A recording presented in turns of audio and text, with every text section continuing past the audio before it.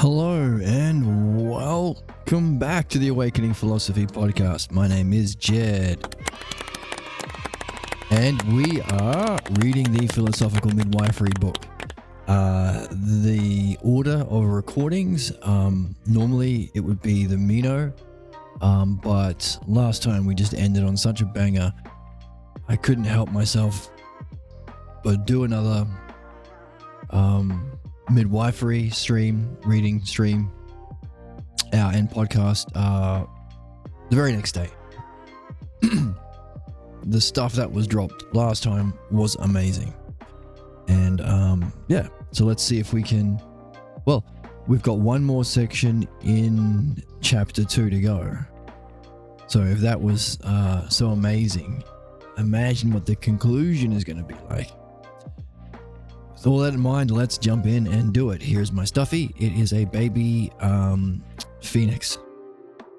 Little phoenix bird. See? I love her. Okay. Let's jump in.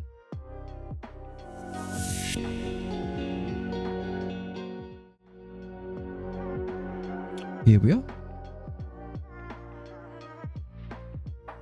Let's read the last paragraph that we read last time. This struggle to regain our lost mode of being and to emerge fully in the act of pursuing and fulfilling our highest dreams is of utmost importance, for it calls upon us to be tested and shaped by the bravery and sincerity we bring to this profound task. We must fight not only because no one else can remove our chains, but because in the end it is we alone who must make the final judgment.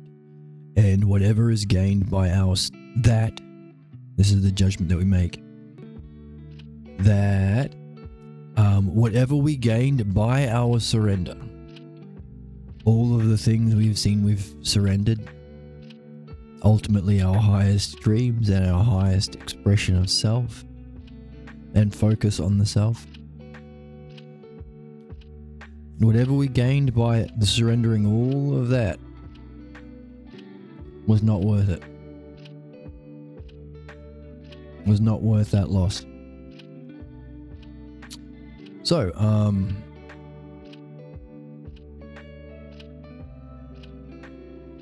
we have the power to evolve our souls, overcome our fate, and reach our destiny, our highest self goals. And I look so white. How's that? Messing with my lighting. Ooh. Right, go. Number 11 of 11, the signs of a pathologos problem. 11th, we have explored the idea that a pathologos blocks one from attaining one's most significant and meaningful goals, but we have yet to define the signs of a pathologos problem.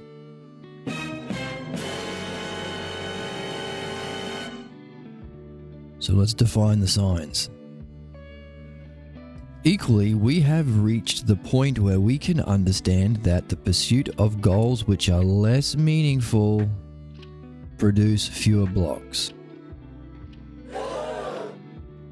and that the pursuit of lesser goals are attended with less negative experiences. Ha ha ha. And we have also shown how these lesser forms are variants of the more fundamental expression of the pathologos. But we have not fully discussed the significance of the relationship between the pathologos and the manifestation of its numerous forms and varieties. Okay, a lot happening there.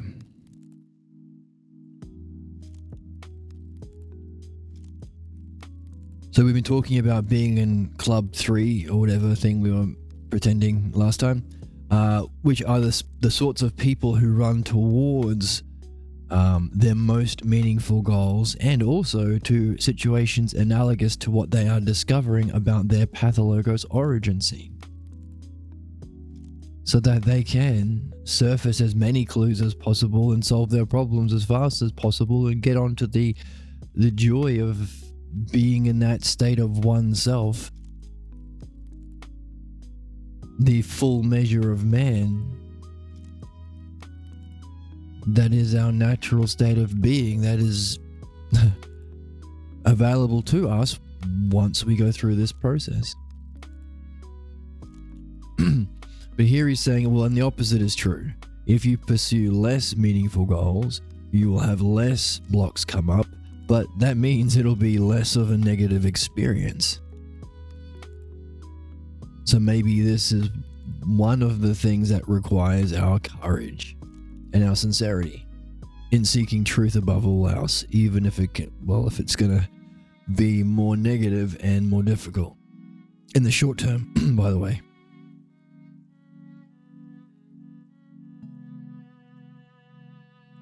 I'll try the yellow.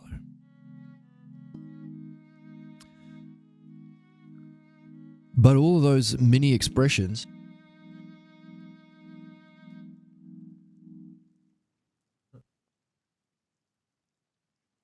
are mini expressions of a more fundamental pathologos that we're really after anyway, and we need to pull it out by its root, I would suggest.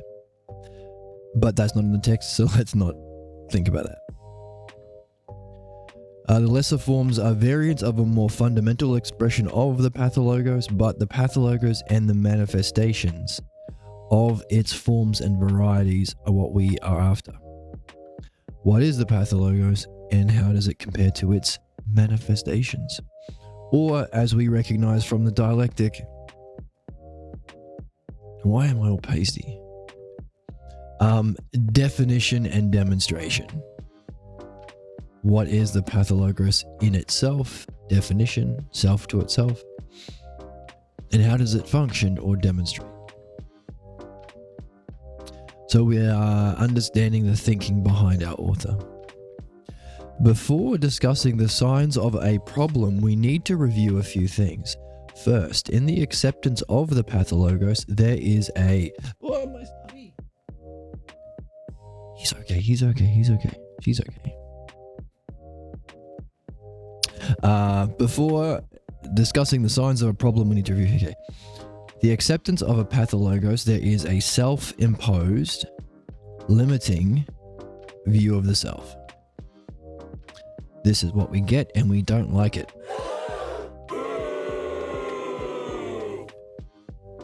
And we get this self-imposed, limiting view of the self when we accept the pathologos. So we have to go back and unaccept it. This acceptance of a narrow and limiting idea of the self, so it's an idea of the self, permeates the worldview of the subject. So this is how it functions. Permeates the worldview. And whenever the moment is... Okay, that's not what we want to do. We want to have this one on its own, because that's what it is.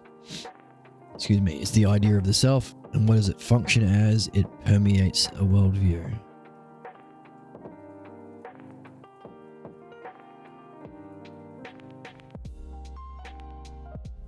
And whenever the moment is perceived and interpreted as analogous to the pathologos, the drama unfolds. There you go. All of the cogs have aligned and they start cranking. All of the conditions or causes are in place. What's the causal condition for the playing out of that sleepwalking psychic parasite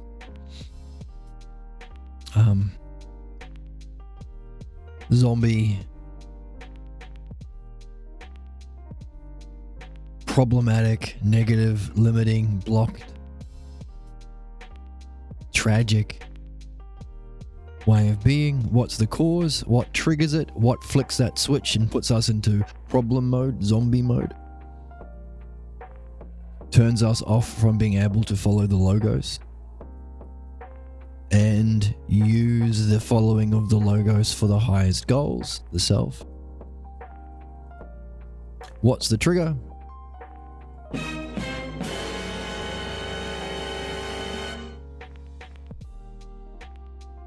Whenever the moment is perceived and interpreted as analogous to the pathologos.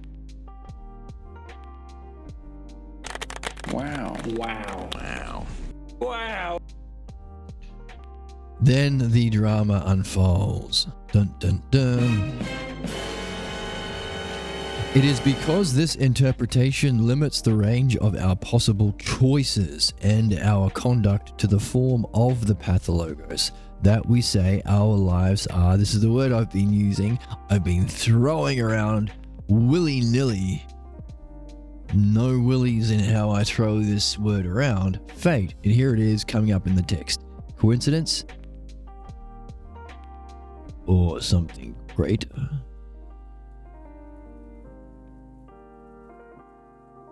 Fate.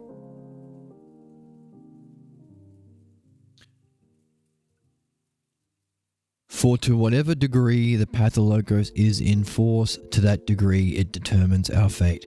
So the pathologos determines our fate. Okay, this is where we're headed. So if you get X-ray vision and can look into the mind of a person and see their pathologos, you can predict how their life is going to go. Because it determines your fate. And it does so because of the trigger, which is the situation is analogous enough to the pathologos origin scene, and that puts all the cogs in place and they start turning, and then the drama unfolds. You all have scripts and roles and things that you play out. And it does so because the interpretation, green, limits the range of our possible choices. That's interesting. This is the problem with, one of the many problems, one of the biggest problems of capitalism. One person, Rupert Murdoch or whatever, controls the range of our choices by controlling the range of information. Or currently Elon Musk and the tech bros. And that's what we're waking up to about this scam behind the capitalist monopolies is they offer us two choices to choose as leaders, and both of which are ignorant capitalists. It's not a choice if capitalism is the cause of all our goddamn fucking problems. Which it is because, well, fundamentally, it allows people with money to play out their, what do we call it? Fate.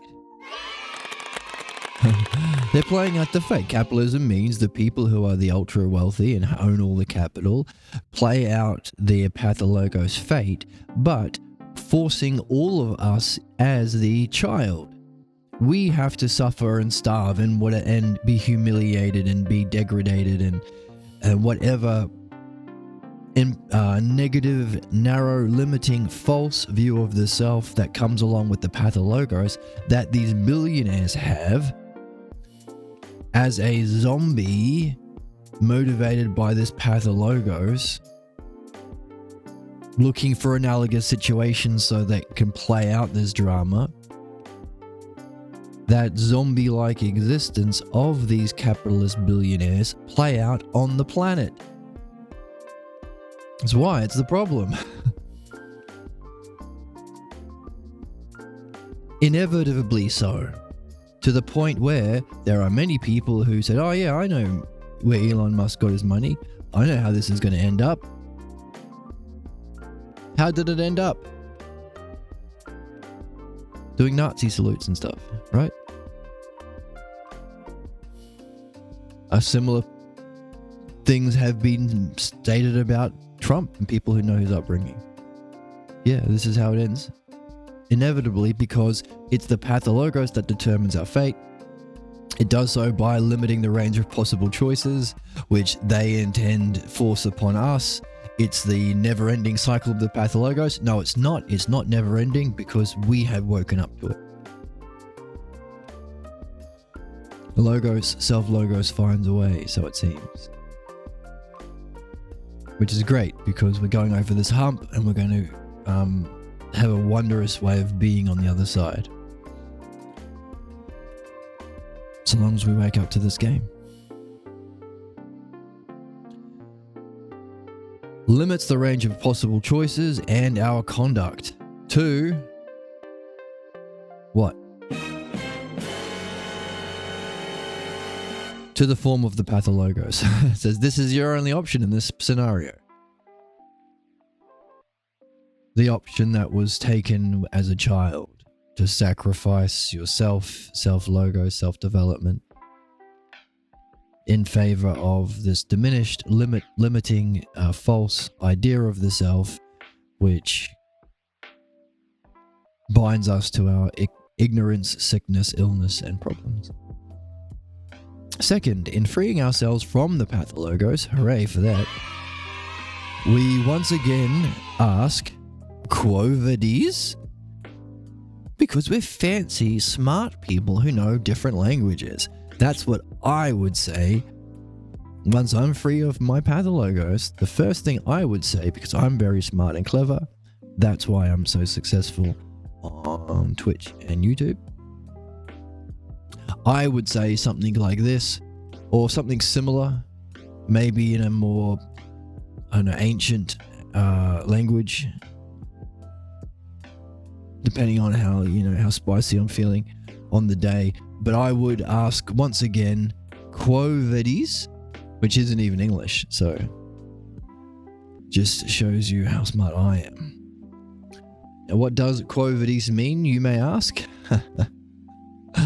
Oh my goodness.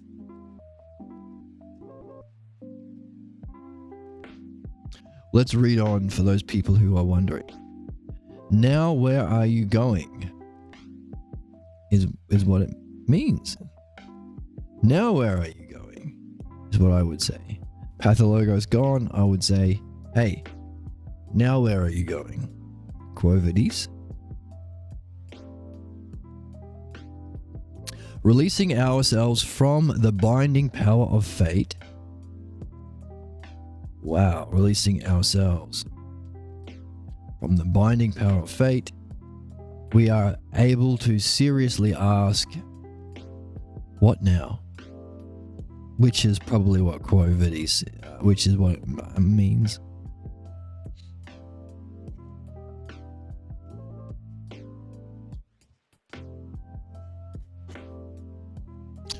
I mean, I'd have to get out my Latin dictionary that I have, and that's a whole thing because I got like 10 of them and I have to pick one, and just trust me, it's what quo vadis means. What now?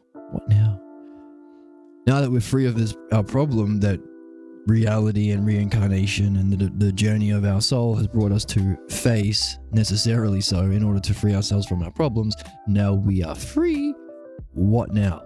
Indeed, we can then ask if there is some higher purpose to life. Ooh. So we're becoming free to do something. What are we doing? We're asking questions. Interesting. I mean, we're not free to what? Become rich? Philoklimatos, love of the body, become rich, become famous. Philotimos, love of fame. The desire part, the middle part, but the reasoning part of our soul. What does it seek? It seeks questions and better lighting, maybe. All right, stop playing with the lights. We can ask if there is some higher purpose to life that's consistent with what has brought us our freedom from our fate. So this is another big part of the thing. Not only are we free to ask these questions we were formerly blocked from, rational questions, logos questions, important questions, kick-ass questions, questions that make us sane and rational, not only can we ask them, but we had to go through all this stuff to be able to ask these questions. A whole bunch, all this stuff, all of the challenges and negative experiences and blocks and chasing down analogous scenes again and developing a community so you can reflect, learning how to reflect on your dreams, learning, becoming a midwife, becoming a pregnant party as well. All of this was the most significant thing in our lives because it brought us to the stage of being where we can ask this question. So what? So we got to keep that in mind when we wonder, what next? We can't ignore that was the most important and challenging and evolving, illuminating, enlightening thing. Learning to master the self-logos and the art of midwifery. We can't ignore that. So that's interesting and that's good and that's rational. That's why I love, one of the reasons why I love philosophy. So we are looking for a higher purpose, but it has to be consistent with what has brought our freedom from our fate in green.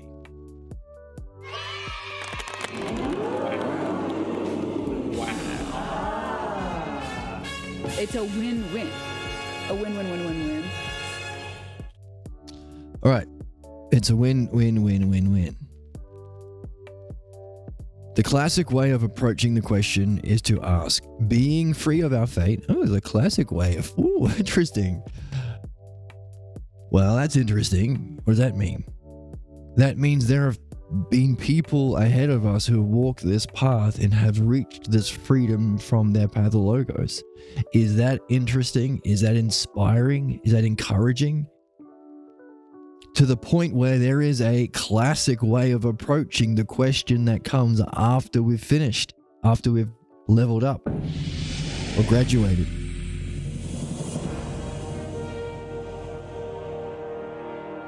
That's crazy. It's a classical way of approaching this question that comes at the end of being free of your pathologos. The thing that causes human problems and suffering. That's interesting. But I'm still not happy with my lights. Maybe I'm going to pause here for a sec. Bit darker in the background. So, right, so what's the classic? I'm going to have to highlight that because that's crazy and hilarious. And therefore we say, there's a classic way. All right. What was the old school way? What was the modern way? Anyway, it's to ask, being free of our fate, is there a destiny for each of us? Does man have a destiny beyond struggling to be free of his fate? But we may ask, what are the signs of being fated or being caught in the power of the pathologos? Okay, we've gone a couple of steps forward in our understanding of reality and our purpose here as human beings, and what happens at the end of our journey after mastering this art and sufficiently understanding our own pathologos to the point of being free. So that's interesting, worthwhile to see, really cool. But now he's taking a step back, it seems, to say, by the way, before you even get there, you need to recognize the signs of being stuck in a problem. That's otherwise blind to you if you don't do this. That's why we call it being in zombie state. What are the signs of being fated or caught in the power of the pathologos? That's the question. Wow. And what possible way can we say we have a destiny? And what signs can we point to suggest our destiny? Okay. So what possible way can we say we have a destiny? And what signs point us to solving that puzzle? Where shall we turn?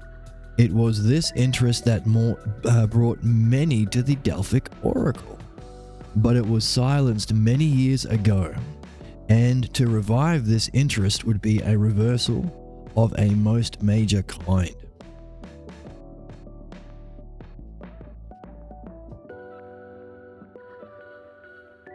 We can say this much. There is no mystery about discovering the nature of a pathologos problem, because if you are not pushing the noblest of goals,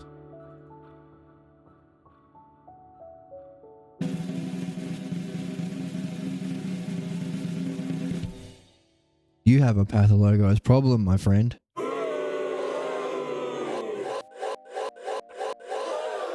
Where's the joy? Where's the whimsy? Where's the childlike wonder, dude? I don't want to eat a monkey. So, is that it? Is that our standard? That would imply we would have to go and learn about what the noblest goals are.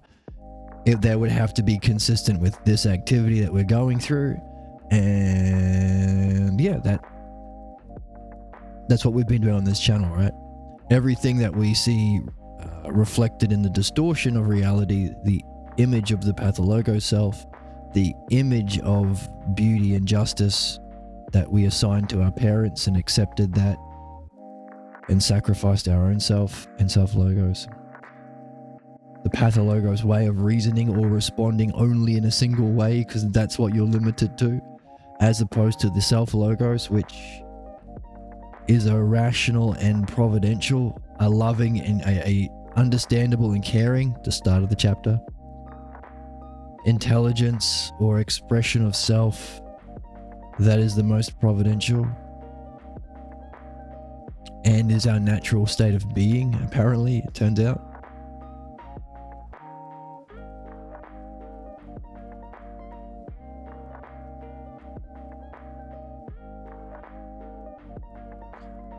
So we were playing that game this whole time.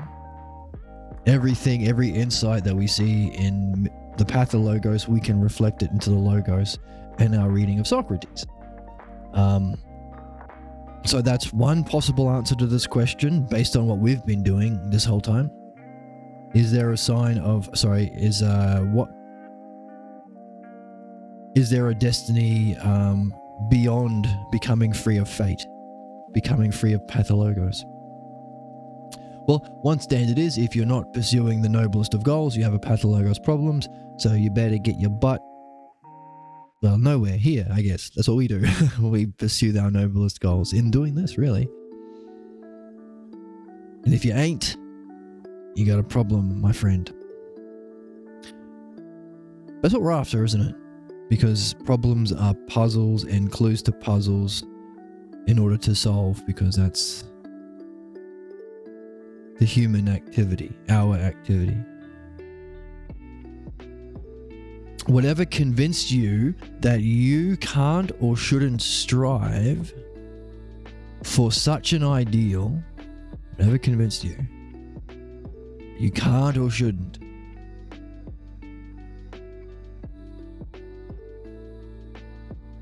strive for such an ideal, is the pathologos belief. This is an interesting one. This is one that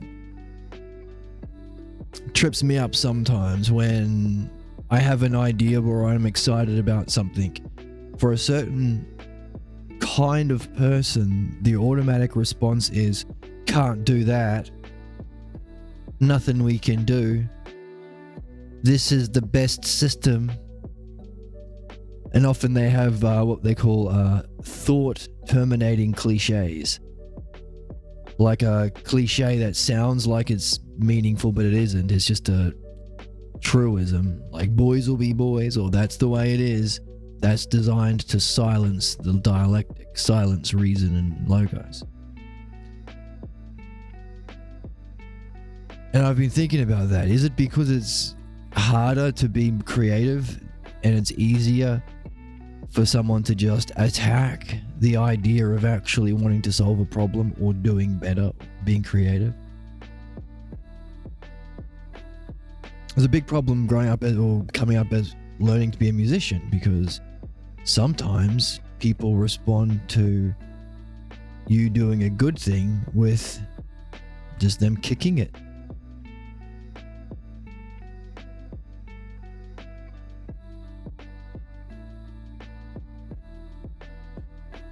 Often I would suggest things like, can't we do better? Like, couldn't we have an ideal society? Could we have a utopian society? Could we have an ideal? Could we do this better? Could we solve this problem? Hey, this is a problem. Can we solve that? No. An automatic no. Like blocking in improv. You don't say no, you say yes and.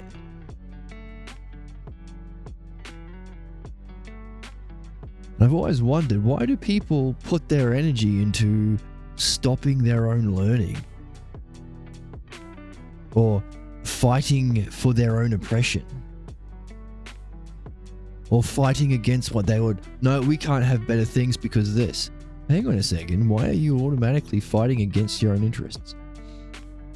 Here we have the answer.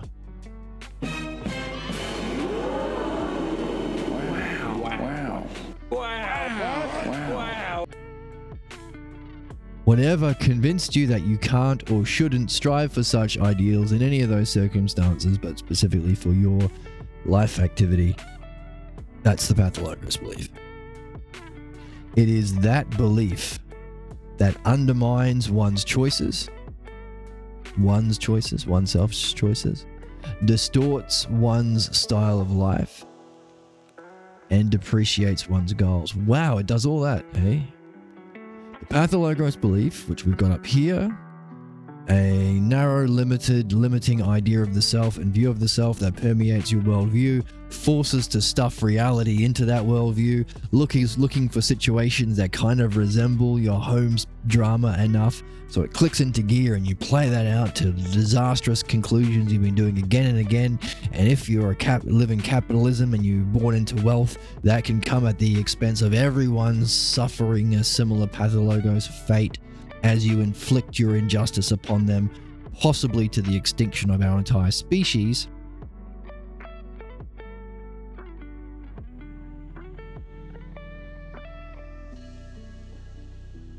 That pathologos image of the self has a pathologos belief about the image of the self behind it. That's what undermines your choices. Don't choose that good one, choose a less one. Don't choose this thing for you, choose to be a servant or a Cinderella for someone else. Be a slave. Let someone else be a master of your life.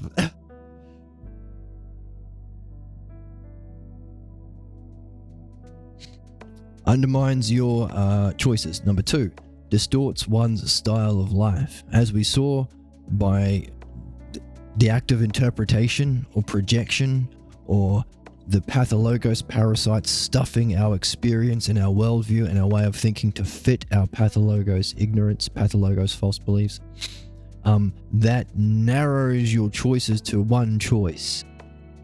That's why we say you're stuck, you're bound to fate, the train tracks of life, rather than the logos ladder to your destiny. So it distorts one style of life in a specific way that we just read, narrows your choices to just this stupid way of responding. And it depreciates one's goals. As you think about aiming for your highest ones, you can say, no, not me, or not today, I'm not ready, I'm not good enough, or there are not enough videos on the Awakening Philosophy YouTube site, there are only about 1 million. Wait till there's 2 million and then I'll think about it, and then there'll be enough stuff for me to work through at my own pace.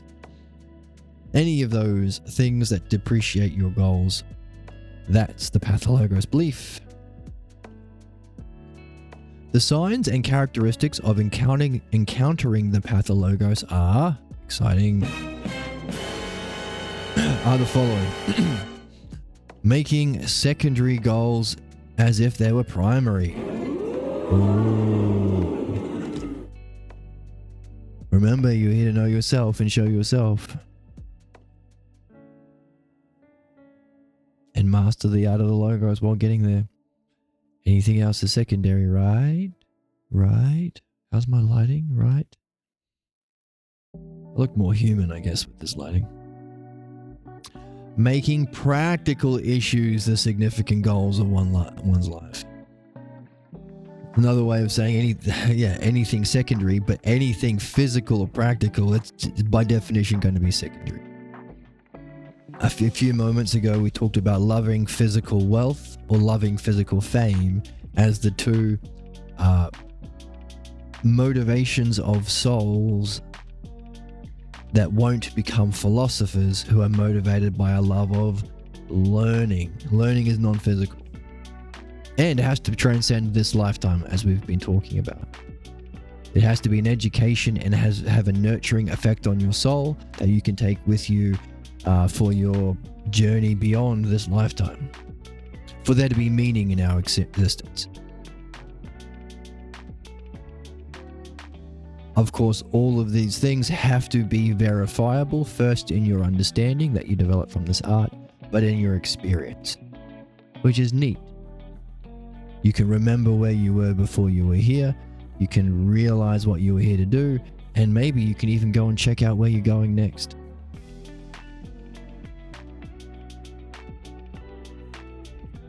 Which we talk about in the Phaedo. So, what's definitely not going to allow you to experience the higher dimensions of reality or have a look at where you're heading next? Anything that's not of mind, of reality, which is the physical world, the world of becoming, not the world of being. Therefore, by definition, you start making practical goals the issue in your life, you know you're in a problem. Which is cool because that's the part of the game, is discovering the question. This is why good films we talked about have a twist. They give you a question and then they solve the question. So Nan and your Nana is happy with the movie because question asked, question answered, done. But there's a twist for people who are paying attention in good films. You have to discover that question. Nan will miss it. So we have to discover the question that we're here to answer as well as the content needed to answer it. This is why we're looking at this list. Because it's your blind spot. You don't suspect you have this problem. You think it's the most normal, obvious thing.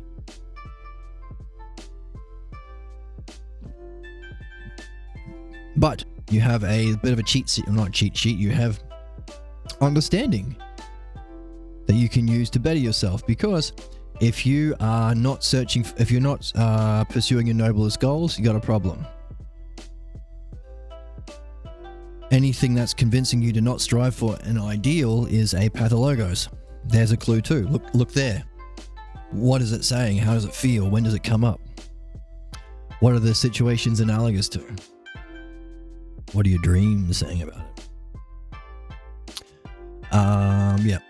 Okay, so making secondary goals as if they're primary. Anything that doesn't involve this art of the logos. Making practical issues the significant goal of one's life. Failing to achieve one's goals with excellence. So even if you have the right goals, do them half-baked. Or as we say in Australia, half. I'd say it very quietly because it's a bad word. Because the arse is a bad thing. Half. Oh, I could have said half. There are lots of half ways of doing things that we say, and they're all inappropriate. Except for half-baked. Not adequately preparing for your goals. So already in the lead up, you're setting yourself up for failure. Losing concentration and energy. This is a big one. 2 parts of that. Get distracted. Energy disappear all of a sudden. Get really tired. Unable to resist distractions. Oh. That's a clue. Well, that's a sign you've got a Pathologos problem present for you to have a look at and then celebrate the puzzle of blaming others, excuses for not achieving. Right. Forgetting what we've just read about how it's only you that can do this reflection, it's only you that can do this understanding, and it's only you who can make the final choice that what you sacrificed wasn't worth it. So in no way is it at all possible for your development to be able to be done by others. You have to go through the process, number one. So even if they could solve it, it wouldn't be the point. And they won't, because they're not interested in your shit. Sometimes people will say, well, if I'm the leader, or if you sign up to my course, or if you believe in me, then I will solve your problems. Or just believe in me, or believe in this deity, or believe in Jesus, then your problems will be solved. That's a mark of a Pathologos. Because then you are putting the blame or responsibility or excuse on others for your not having achieved. When it's your game. It's our game. Hopefully in this community will be one that nurtures and encourages this game. Being unable to maintain the goal. You have the right goal, you prepare adequately, you have your primary goal. It's not practical, it's of the logos mind or self. You want to get it with excellence, mastery even. You're preparing adequately. You're able to stay focused and keep your energy up. You are letting go of any distractions, or you're recognizing it and not falling for them, seeing through them. You're realizing this is your quest, your responsibility, your game, and what you have to fight for and ultimately decide for yourself. And you reach this state of being, but you give up on the game.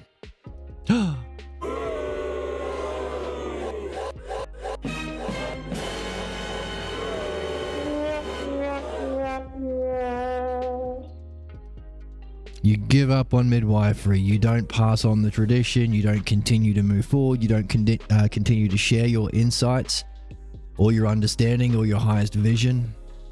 Create a culture in humanity to nurture or create the conditions for philosophical midwifery, especially considering it was the most significant thing you went through.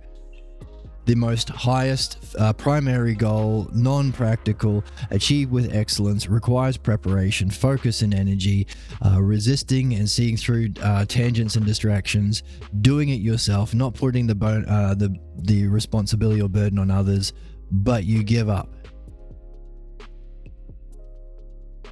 You don't maintain that state of being, that way of being. The insights, the understanding. Now, that's interesting because this has similar things have happened many a time over the life of philosophical midwifery since, I guess, the 60s. I mean, we read it. Maybe it was the 70s when they came together to do it formally.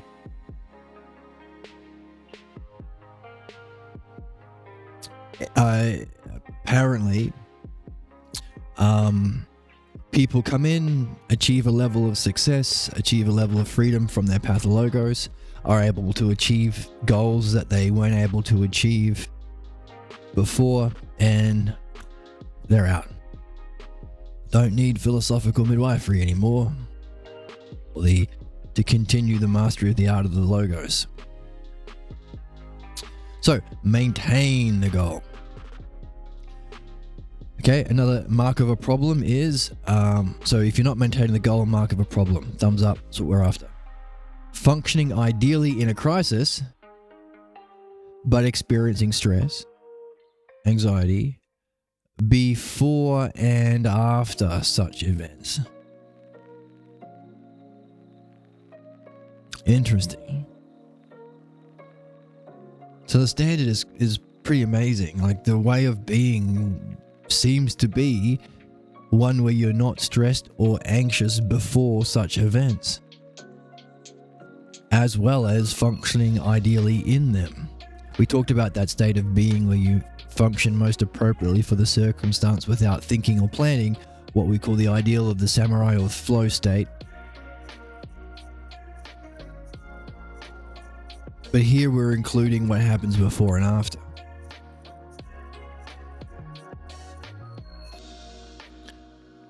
So without stress, without anxiety, if it comes up before and after, it's a mark of a problem.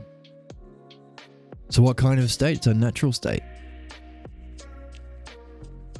No stress, no anxiety. No worries, mate.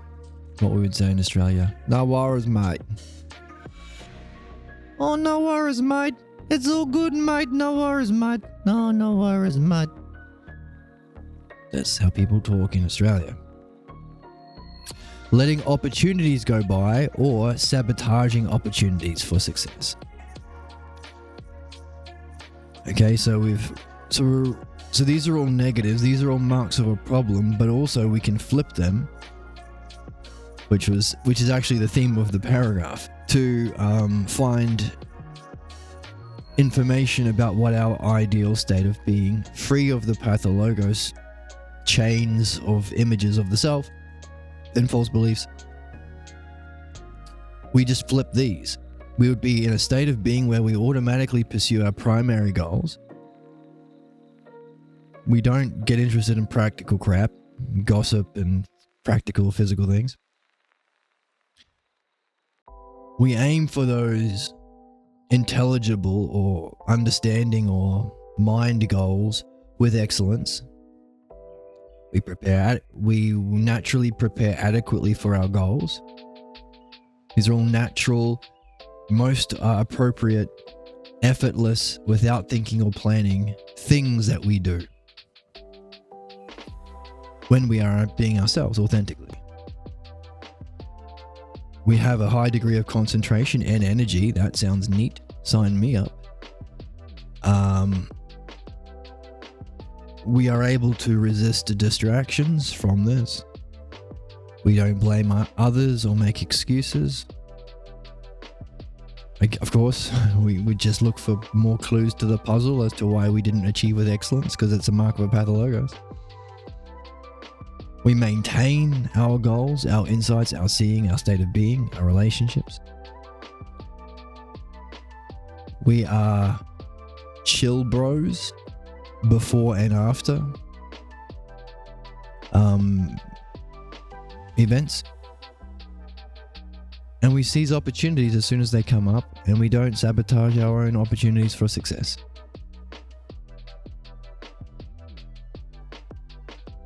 Hooray! Have you read Brand? It's a win-win. A win-win-win-win-win. Sounds amazing. And likewise, any of these things we can put on like little stickers and put on the fridge, or make a list, carry it around in your wallet.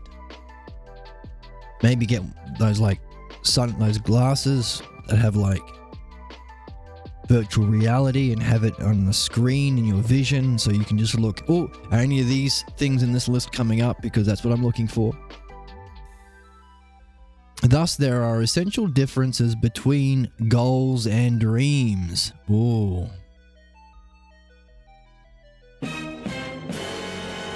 When we speak of someone having goals in philosophical midwifery, we mean that the goals are of such a kind that to attain them, it is necessary to go through some process, some steps or stages.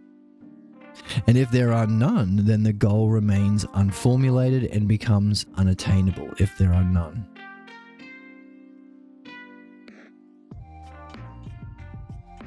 Much like a dream.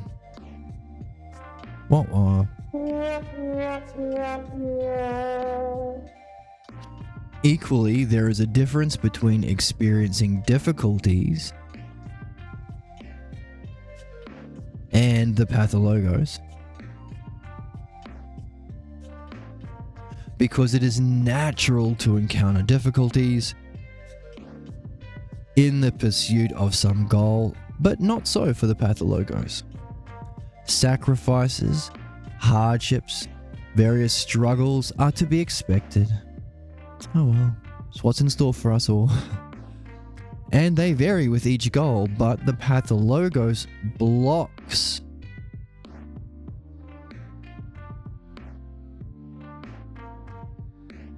the attainment of goals. It creates struggles.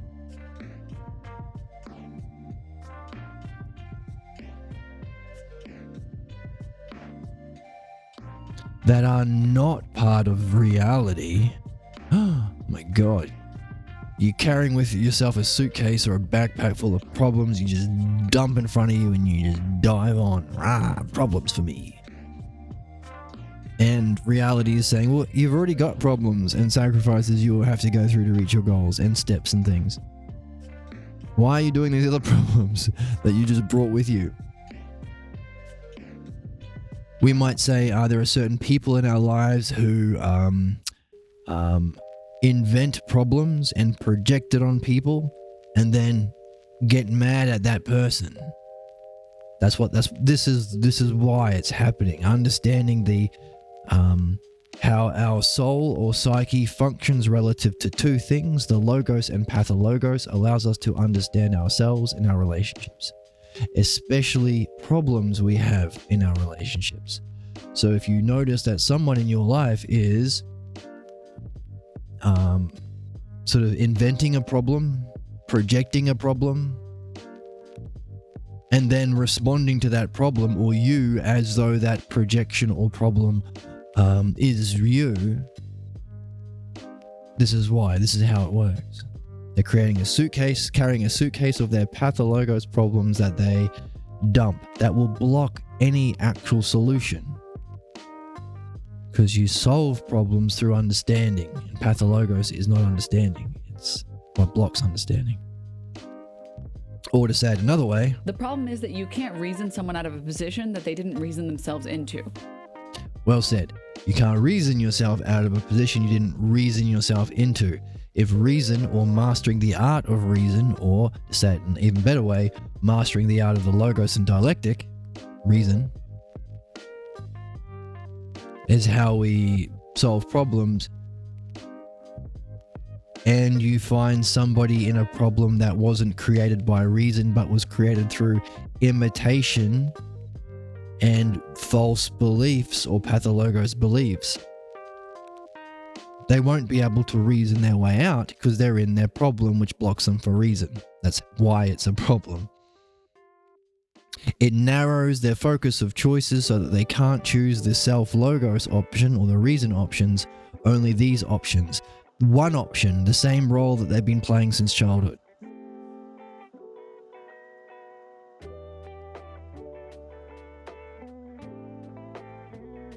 Wasting our time because we have actual struggles to overcome. If we want to have wonderful relationships, not based on tyranny or capital or petty tyrants and landlords and bosses, but actual friendship, actual human beings being fucking good people on the planet, just being friends with each other. Good relationship based on logos. To create that world. The heaven on earth. Shouldn't use the word heaven. A brilliant way of being. There are steps we have to go through. We have to recognize counterattacks from people who are attached to the pathologos ways of being. There are actual difficulties and struggles we have to go through, so it's a waste of time to carry a backpack of other crap that's completely not connected to reality that we just dump and jump on and rub our faces in and then pick up, and then we rub in the faces of other people and then they get some sort of crazy disease that no one's heard of ever, or for a long time. Meanwhile, we still got those other struggles that we should have been working on the whole time. Okay? It creates struggles that are not part of reality. It repeats mistakes of the past. There ain't no learning. Ain't no learning. This guy had to admit, Wait. No one seems to be learning or growing or addressing actual problems. There we go. While its roots are unknown. So while you play out, this stupid zombie-like drama causing your own suffering and anyone within your orbit, I suppose, who gets sucked into it. You don't learn, you don't grow, you don't change, you stay stuck in a repeating cycle while you are ignorant of why you're doing it. That's huge. If you recognize that you're stuck, you'd want to understand, well, why? Where did this come from? Where did I learn this? Which is interesting because it's often a good question to go to when you are talking to another person who is stuck. Like if you talk to a religious person and they have this crazy religious nonsense bullshit that you could easily dissolve with simple reflection. How many animals on the ark? Where were they all living? By the way, how many millions of species of bugs are there? By the way, on that Ark of Noah's, what do they eat? Because animals eat other animals, don't they? Instantly dissolving the fiction of Noah's Ark. And hopefully untying one of the knots in the net of brainwashing that's... If you've tried it, it doesn't work.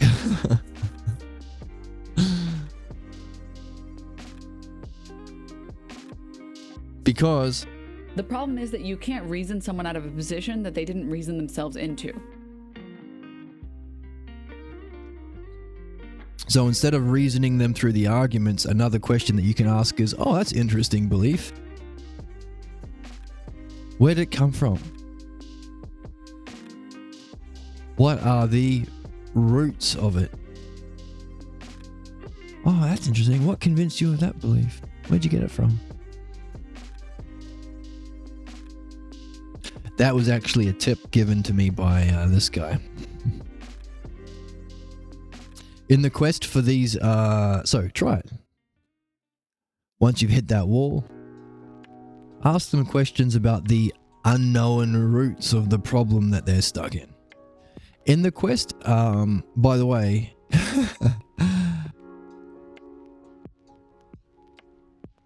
have courage. Sometimes it can be scary. Sometimes when you actually ask a question about the roots of a problem somebody's in, they don't like it. Their friends might not like it. If they're working, the people wearing the same uniform might not like it. They might respond by what do they call them? Dog whistles or calls to the many. Hey, this is a thinker. Let's get him, guys. Or they might start yelling. Then the even stupider people who are only motivated by shapes and colors and loud sounds. Oh, we're all yelling. So now all of a sudden everyone's yelling at you and he's not answering the question of the root of a mistake he's stuck in. I mean, it doesn't always have to go that way, but sometimes it does. So be aware and appreciate the art of Socrates. And I suppose the art of our author, Pierre Grimes, to have, I guess, been able to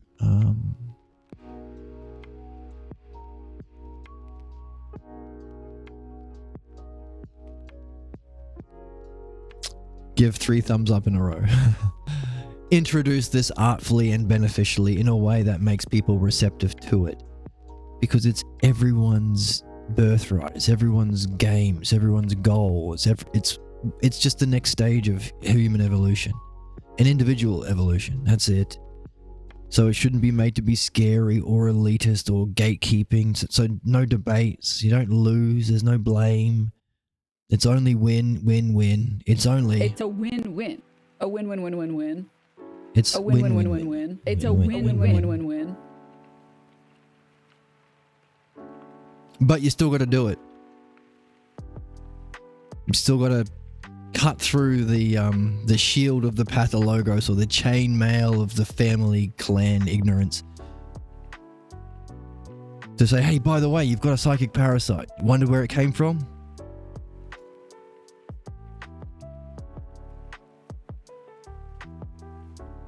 hey, maybe that's part of this automatic without thinking or planning. See, maybe that's an example of anxiety before. I'm anticipating the next conversation with somebody who might be stuck in this problem, and it might come to light for me that the most just thing to do would be to ask them a question that might get them to reflect on themselves in a way they've never done before. And it may even be that what seems most appropriate is reflect on the roots of the problem, the root image or imitation or way of being or false belief, where it came from. And here I am before the event, and what do we say is one of the functioning ideally in the crisis, so maybe I would do well in that situation in the future, this imaginary one. But here I am experiencing stress and anxiety before it happening. Maybe that's a mark of the pathologos. Maybe I'm not fully appreciating what it means to follow the logos, as if I have to do it or justify it afterwards. So do it would be the stress and anxiety before, and justify it afterwards to who? Who else is in this game? Anyone who's genuinely interested, but people aren't really genuinely interested in shit. Except for their own projections and problems. Except that's not true. There are good people and people in our community and people who watch this and other content creators that do have a genuine interest in reflection, understanding, and self-development. And that natural intelligence and integrity somehow translates into a profound, rare, but much needed care, providence being bestowed as they introduce people to reason and reflection on causes and principles. Introduces them to reasoning, introducing them to the logos. The next step would be introducing them to the logos and pathologos, but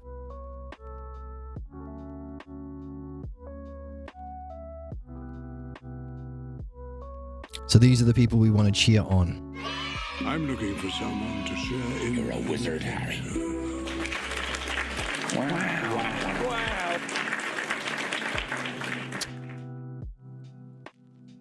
Yeah, and so recognizing that the logos is the eudaimonia state of authentic being, in which you don't have to worry about doing it. You're following the logos, not doing the logos. If there is a relationship between our individual souls and some sort of providential logos, it's the start of the chapter, remember, it's entirely possible to demonstrate for ourselves we live in a caring and intelligible, so understandable and friendly reality universe.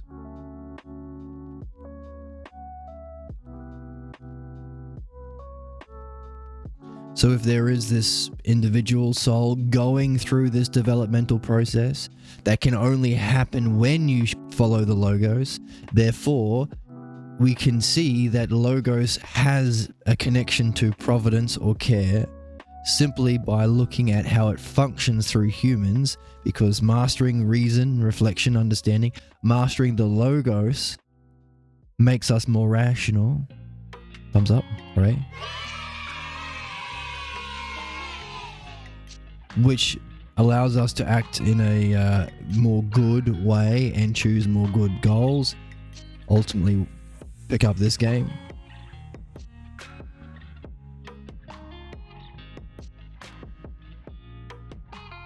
So if there is that learning or developing soul through the logos aspect of ourself, and there is that providential guiding, what we might call the daemon, to talk about how there is a communication of the logos to us about our problems in every possible way, which we have to approach with this level of integrity and reflect on puzzles that come up as we approach our goal in this way. So if there is a relationship between that daemon and our soul, Well, which one is lesser and which one is the greater? Like whole and part. One is greater, one is lesser, but they're tied together. Logos and providence. And we're not going to get into that question, but that's a good question. What's the greater and what's the lesser term?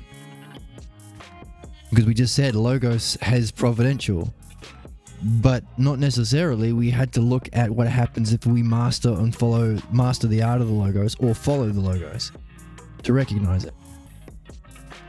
Similarly, what is greater and what is lesser between the logos or the daemon and your individual soul? Therefore, it should be ruling. Or, as we learn to see the logos, we should follow it. For it is the greater term. Meaning any stress about having to be good enough before or justify it after fundamentally misunderstands the true nature of the self and the logos that we follow. Therefore is a false belief about self, logos, and reality. Therefore is a pathologos. We've got a clue about a false belief that we have yet to fully unpack.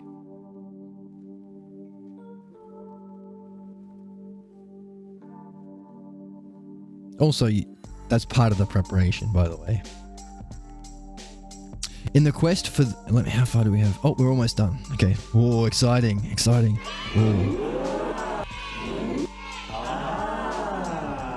Where's the joy? Where's the whimsy? Where's the childlike wonder, dude? A childlike wonder is here, dude, because we're at the end of this chapter that we have been working on for a long time.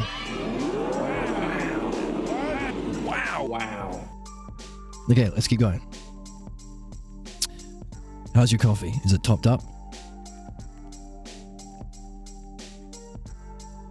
My flamingo likes the coffee. Get out of there. It's my coffee. In the quest for these or those most meaningful goals, one can expect that there will be, in the quest for those meaningful goals, the human quest, the quest for the one piece, the one self, not the one piece, the one self. One can expect there will be many manifestations of the pathologos. So we've got the difference between the manifestations of the pathologos and the pathologos itself, or what it is and how it functions in the various ways. We have that little list so we can recognize its functioning, but again, its functioning or manifestation is different from the thing itself. We want to get the thing itself. That's the unspoken conclusion. We didn't put words, we didn't put logos on. That's why it's, invisible.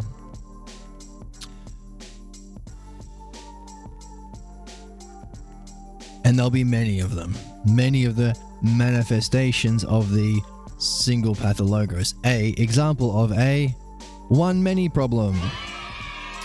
One of, if not the most fundamental puzzle in reality. If one, why many? Or how can the self be one, but everyone has one?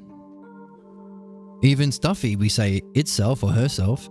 It's a kind of self. Everything really has a selfhood, kind of. The cup itself. Herself, himself. What is... How can everything or the many be self, but ultimately the self is one? So, how can there be many manifestations? Okay, again, symmetrical, puzzle in one can be illuminated by seeing in the other. Just like in a movie, once you've seen the twist, you use everything in the movie before the twist to inform how to solve the puzzle. So let's give an example. Christopher Nolan's an easy one to go to. Inception. All that dream stuff about the rules of a dream, and then it turns out that it wasn't even in a dream. Or not the person's dream. So you got to figure out who's dreaming. which you can only do by using all of the material that the first narrative was about. In other words, we can apply what we see in one level to illuminate questions or solve questions, answer questions in the other. One many. Understanding the significance of the one many problem in philosophy, we could recognize it here even though it wasn't explicitly said. It's a little puzzle. That's what we do as we read. It's fun. All right. I'm looking for someone. It's a win-win. An adventure. So in the quest for our most meaningful goals, we would expect it, which we're talking about as the actual struggles and difficulties. If we want a better world, if we want to be able to remove human suffering for good by understanding its cause and implementing a rational way of being, which is simply following the logos, we can expect various things to come up to block us from within ourselves, from within the groups that we've formed who are doing this noble work, and from the others who are defending their pathologos or counterattacking from their own insights. You can understand and expect all of it. These are the difficulties we need to be addressing, which is why it's so important for us to not carry another backpack full of extra problems that don't apply, which is the pathologo. Or the various manifestations of the pathologos that follow. It is important to chart. Ooh, we gotta write a chart. Put that in purple. Each of them, each of the manifestations, and relate them to the stages of or levels. Okay, so we gotta learn about levels or stages that have been identified to reach such goals. Okay, so we're doing this more consciously and specifically. Mindfully, we might say. Now we know what sort of goals we need to be setting. The positive side of this list. We have to chart the stages we go through to reach this level of enlightenment. So mastery of the Zard, I suppose. Mastery of the Parmenides even. Include that. But as we go through those stages, we have to chart the pathologos manifestations that come up. Because each of these manifestations would then become the object of an exploration. Wow. Have you read Brand at all? Have you read Nagel? What about Scanlon? Have you read Scanlon or Scruton or Edmund Burke? Have you read C.S. Lewis? Have you read Quiet. You don't have to read all those people to do philosophy. It's for everyone. That's an example of modern philosophy, which is gatekeeping our life purpose by saying, have you read Berkeley? Have you read Kant? Have you read Hegel? Have you read Nietzsche? Then your opinion is not philosophical. Stick a cork in it.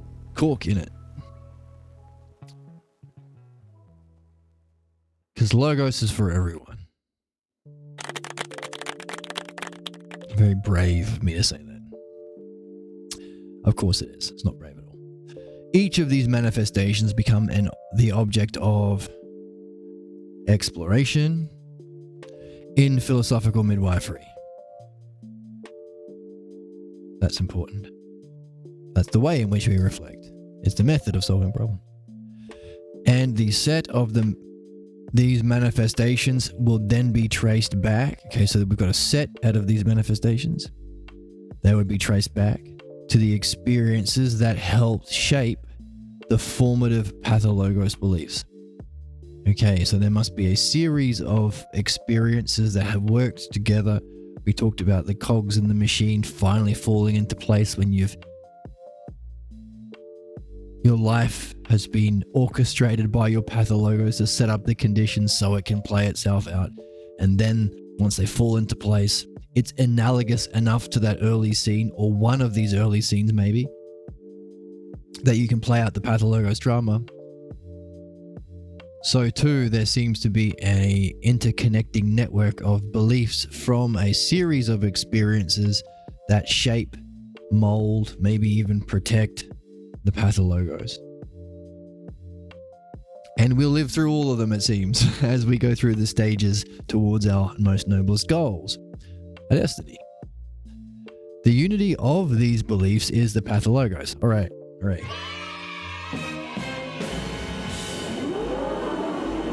It's a win-win. A win-win-win-win-win.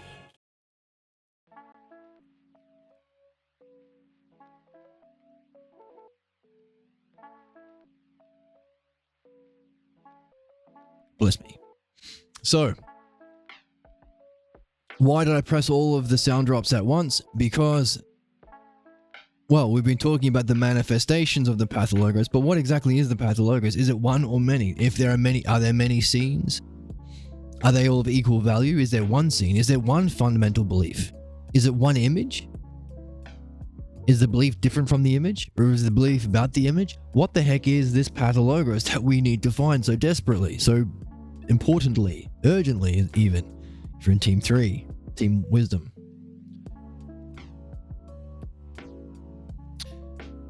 The pathologos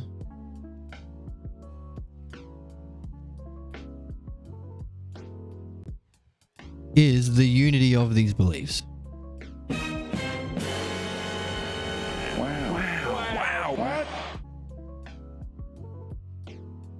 And that unity will always be expressible in terms of a basic and fundamental idea of the self.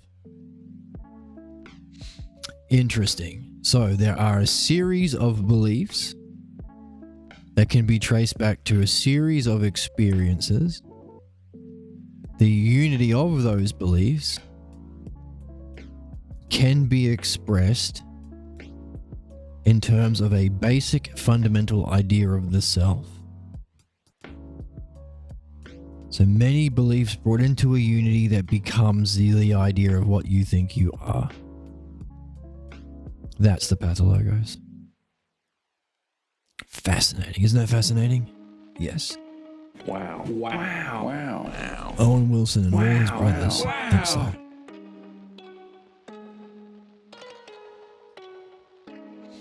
With the rejection of many of those false beliefs, okay, so we go through a series of midwife talks and developing this good relationship or true friendship relationship or true lover relationship bound by the logos and decent lighting, if I could figure out how to make myself look awesome and not weird, like a bright, shiny, I don't know, glowing alien thing.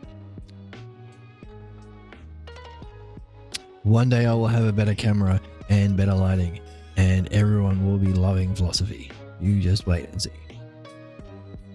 So we go through a rejection of many of those false beliefs through this relationship, and a new and more mature quest can begin into the most fundamental question. Oh, exciting. What's the fundamental question?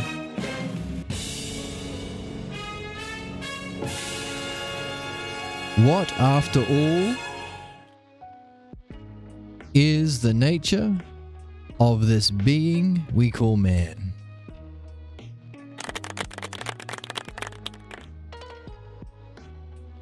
Yeah. Is man a mere collection of beliefs? Like the pathologos. And opinions? Or is there something more?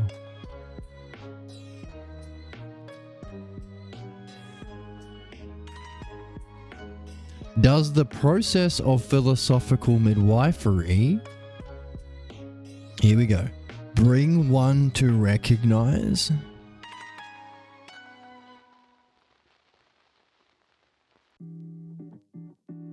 that we can be rational and that this rational method and way of seeing is the start of a better way of being?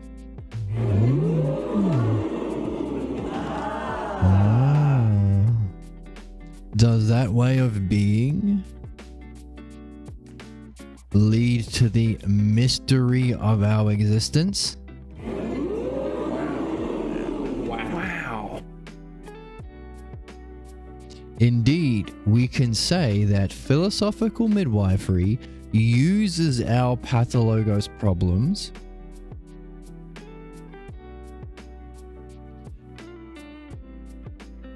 to introduce us. So it's a beginning. He's interesting. He's placing, so far what we've understood philosophical midwifery to be, he's placing it at the beginning of a further journey that we are going on. I guess, yeah, of course, coming back to that Latin question that we always ask ourselves, quo vadis, or what now? Once we're free of what's false, what now? Or quo vadis? Well, this is the start. Philosophical midwifery uses our pathologos problems to introduce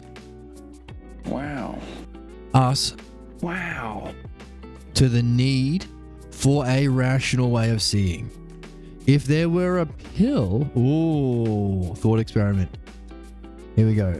If there were a pill, put it in a different color because it's a if hypothesis that could magically remove the pathologos. We would still use our method. Wow. A win-win-win-win-win. Wow. So we are in the best of all universes, as difficult as it is to see, especially without reading this book, the way that we're learning how to read.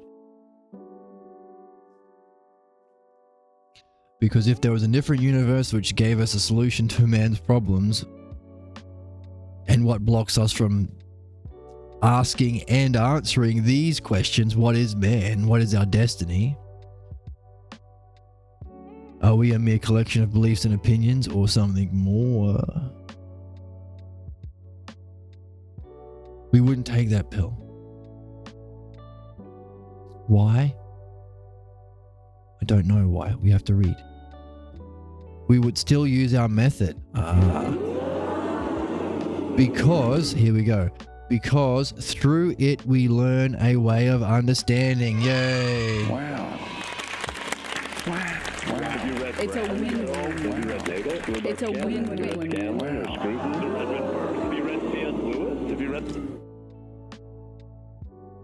We're learning a way of understanding. There's got calls back to what we read yesterday, earlier in this, few pages back. Pull it up.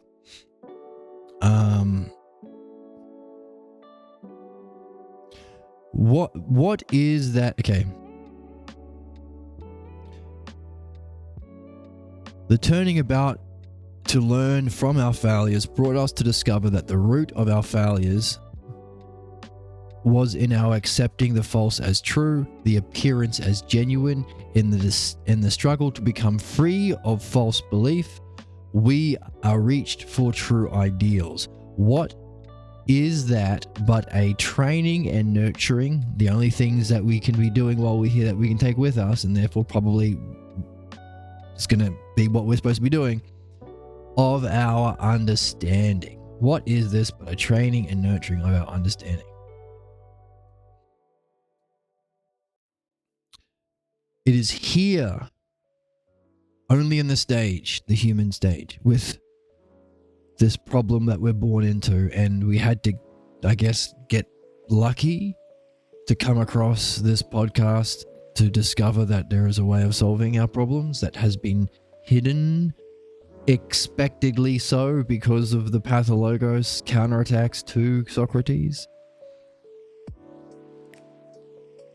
It is here that we test ourselves, and it is here that we train our understanding. When we leave here, if we take anything with us, we take what we have learned and nurtured.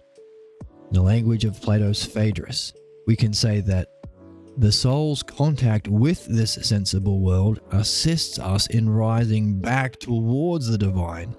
since it's only here that we have the opportunity to master those skills necessary for our next journey.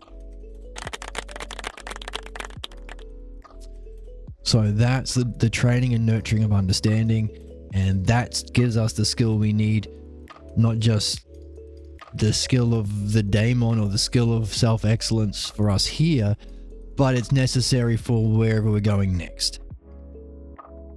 Therefore, if there was an option to take a magic pill that would free you of your pathologos, you wouldn't, because you have to be learning in this way that we're doing together, and we're doing it. So good for us. You're a wizard. We are doing the best. Where's the joy? Where's the whimsy? Where's the childlike? We're not wonder? eating monkeys. We are experiencing joy in this game. I don't want to eat a monkey. We don't eat a monkey.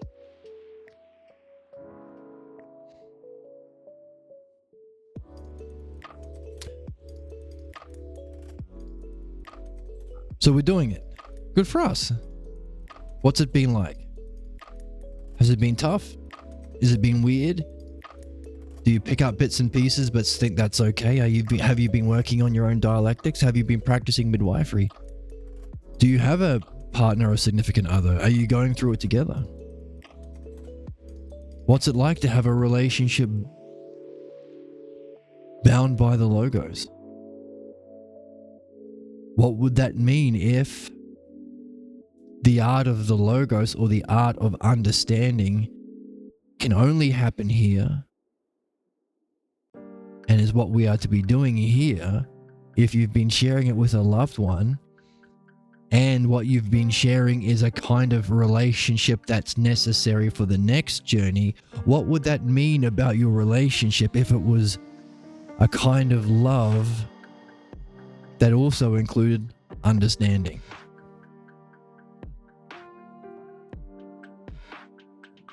Working on this together, developing this understanding that you can only do here and is needed for our journey afterwards, which is why we don't take the pill, if there was a magic pill, which there isn't anyway, so it's moot, which is a funny word, moot.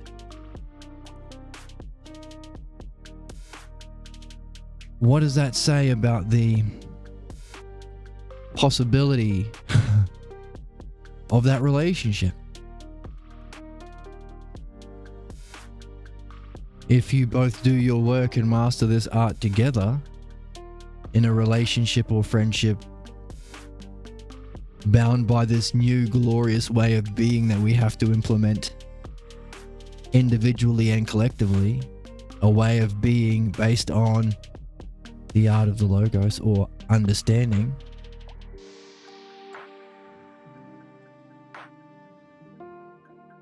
is that exciting?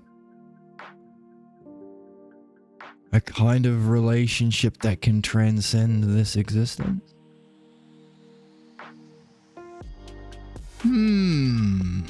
Things we will get to wonder about and get to answer in direct experience only in this game.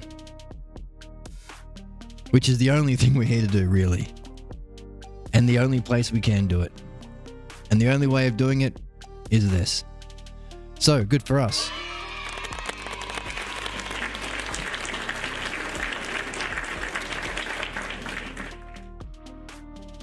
Or rather, when we say the only way of doing it is this, you can reinvent the wheel.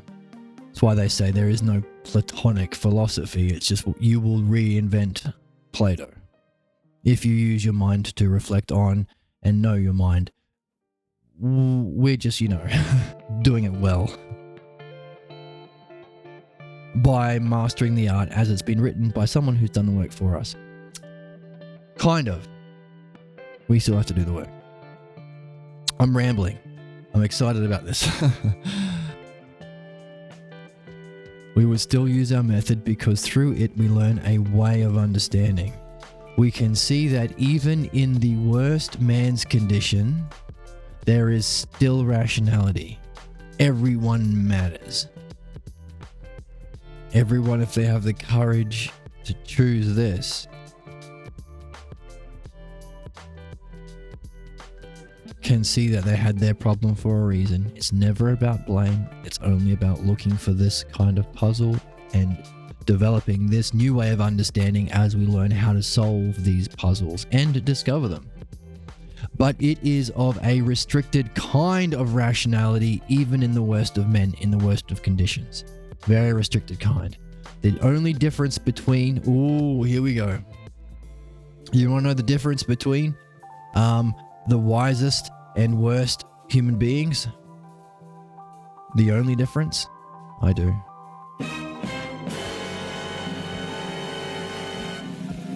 The only difference between the wisest and worst among us is that one doesn't know one's premises are false, and so one acts out the implications of one's ignorance and fails to comprehend just how much of one's life is determined within fixed boundaries.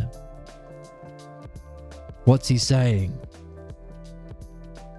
One doesn't know one's premises are false, and so acts out the implications of one's ignorance like a zombie, and fails to comprehend why or the cause, and just how much one's life is determined within these fixed boundaries or fate. So what's the difference? Well, one does this. What does the other one do? It's not there. Why? Because you fill it out. It's the last paragraph or last sentence of this big chapter. Having gone through it, you answer this question. What's the difference between the wisest and worst? I'll start you off. Here is a list of terms that describe the worst. Write them out. Now do a list of terms that correspond with each of those, but apply to a different set of somebody who would be wise.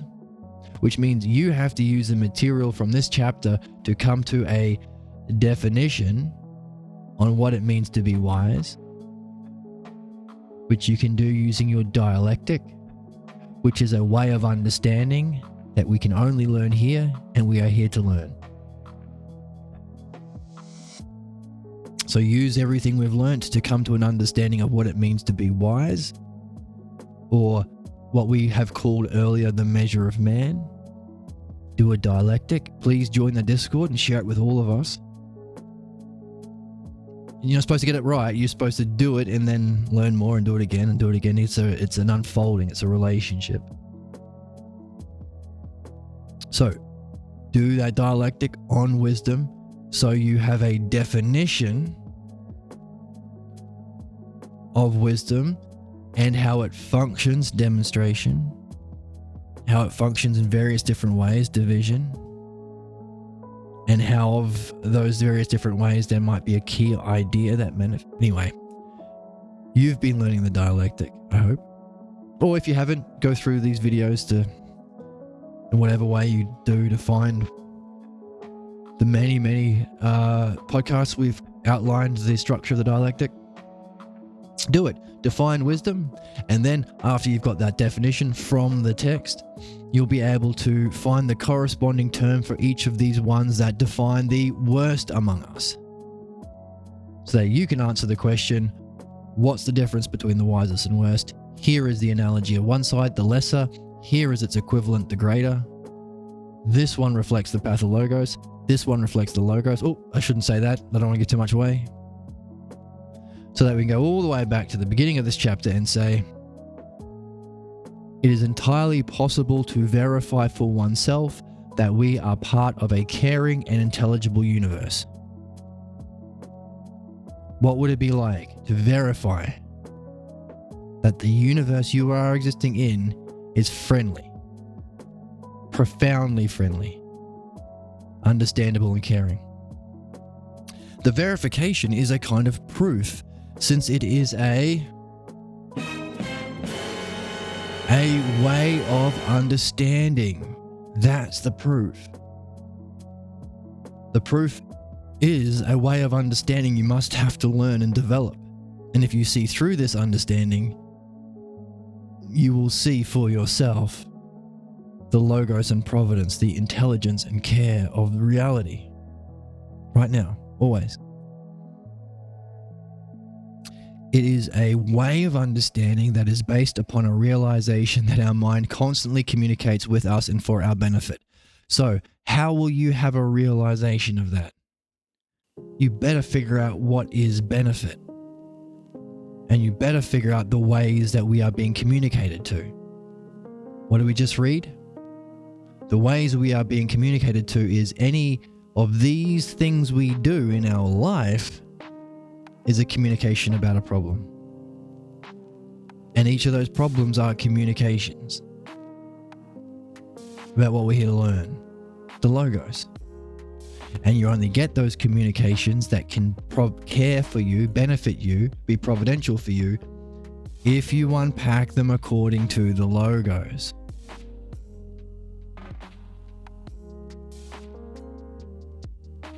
So what? Whatever this understanding we have to develop, this new way of understanding, it has to be based on a realization that the mind constantly communicates with us and for our benefit. How can you do that? This way. By going through this process of midwifery as our highest goal, with excellence, all of these positive qualities that we have done ourselves, like do it yourself, make the positive, make it your own baby, your own creation.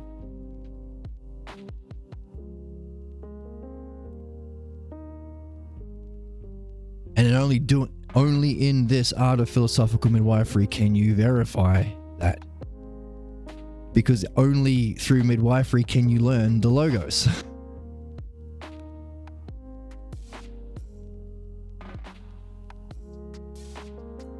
And the nature of the good separate from the false idea of the good. Or the false image of virtue. And you confirm it in your own experience. So this is the activity that leaves us not only free of our problems and asking that Latin question, quo vadis, beginning our journey to realize that there is a higher way of being that's based on rationality or the logos.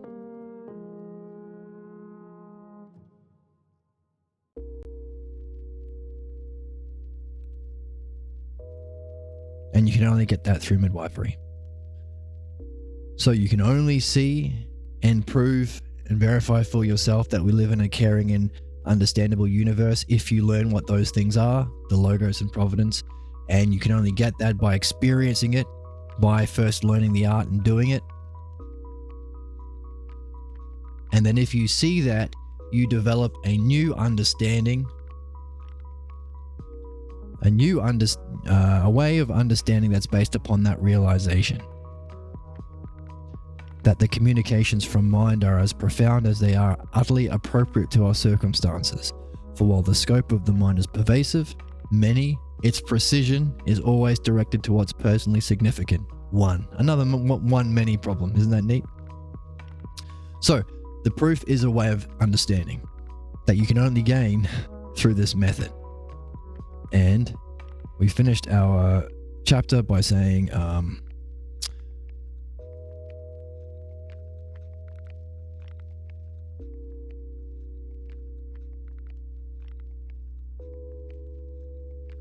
does the process of midwifery bring one to realize that we can be rational?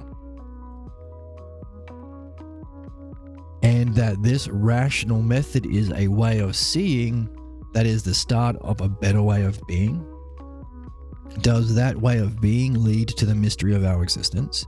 Indeed, we can say that midwifery uses our pathologos problems to introduce us to the need. Hey, you got problems? Well, here, introduction. You do need a bit of lighting. A rational way of seeing. If there were a pill that could remove that pathologos that's the cause of your problems, you wouldn't even want to take it. Because you'd need to develop this rational way of seeing. In fact, it can only happen here. That's the human destiny. Well, part of it. If there were a pill we could use that would magically remove the pathologos, we would still use our method because Through it, we learn a way of understanding. So here it is at the end, tying it back to the first paragraph. We can see that even the worst of man's conditions, there is still a rationality, but it is of a restricted kind. Even we talked about there being a shallow kind of ousia to maintain the existence of the pathologos, which is interesting. So even when we're blocked in the lower levels of development, the lower levels of hypotheses of Parmenides, or the lower levels of the logos, there is a way for us to move up. The way of moving up is called ousia. Different levels of ousia, different ways of reflecting on yourself and knowing yourself. Different cognitive functions, different kinds of ousia.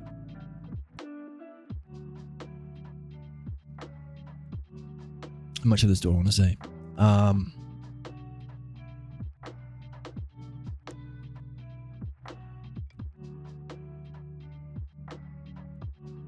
So ousia is needed to jump or transition to different states of being, levels of reality, whatever. Stages, we called it. Stages towards our noblest goal. But ousia doesn't come in until those higher stages, those stages where we are in that automatic flow state, acting most appropriately. So if ousia ultimately is the second hypothesis, or pure reality, or mind knowing itself completely, but if that's the ousia we need, but it's at the end of the journey, what do we do? Here is why we can say that philosophical midwifery may be the only spiritual tradition, because whatever level you're in, even until you reach ousia, or we said humanity has to evolve into the logos, we don't reflect in any of these ways. We haven't woken to the logos yet. That's what we're doing here, the next stage in our personal and collective evolution. But there is a shallow kind of ousia needed to maintain the pathologos that keeps us trapped in our problems. We can utilize that kind of ousia that keeps us focused on our problems, keeps us motivated and interested in our problems, to turn that interest, add the logos in, and obviously a caring human nature, humanness, add the humanness and the logos to that natural interest or natural self-reflection or natural ousia on our difficulties and problems, because we're all interested in our problems. We all hate our problems. We all want to get out of our problems. We're all doing a lot. Our psychic parasite is doing a lot to maintain them. We can use that interest and focus and shallow kind of, what does he say here? There is still rationality, but of a restricted kind, that shallow pool of ousia, to do midwifery, allowing us to free ourselves from our problems and make those transitional jumps. As a principle, whatever is the spiritual tradition or the education or developmental tradition of man, both collectively and individually, if the principle is it has to employ ousia, then whatever is going to be the method has to be that which employs the shallow amount of ousia that's there to maintain our pathologos. And as far as I'm aware, that's philosophical midwifery. If there was another thing, it would be a rediscovery of midwifery, which I think is what happened. As we read in the first chapter, Pierre discovered this solving alcoholism. Well, like, not solving it, discovering that this pattern is the cause of alcoholism, and other things he's mentioned. And then discover, oh hell, this is what Socrates was talking about. Oh, Homer knew this as well. Oh, the Achilles story is all about this. So yeah, there's one tradition, even though it can have been rediscovered several times. So it's interesting. It's a big, how do we transition? How do we make that? Because in the Parmenides, he outlines the stages, but he doesn't tell you how to transition. It might be this.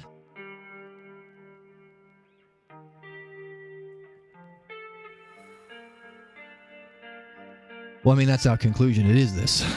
I'm being coy. Like a fish. I don't have a fish, but I have a sloth. He's got big eyes. He's a sloth. Look at him. Looks like a little bit like a monkey. I don't want to eat a monkey. I won't eat you. I don't want to eat a monkey.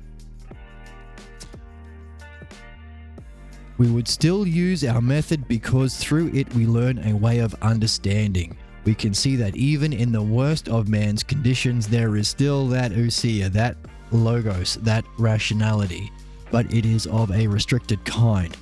The only difference between the wisest and worst among us is, on one side of the table, one person doesn't know their premises are false. They act out the implications of their ignorance. They fail to comprehend just how much of their life has been fixed within their fate or their fixed boundaries. Whereas the wise person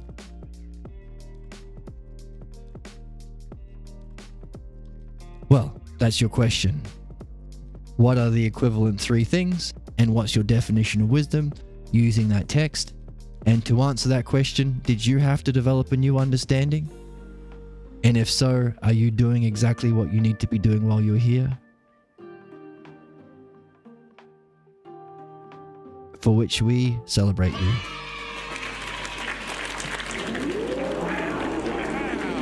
A win-win-win-win-win. It's a win-win-win-win-win. Wow. On that note, thank you for joining me on this adventure through the second chapter of Philosophical Midwifery book. Obviously, the last two parts were immense.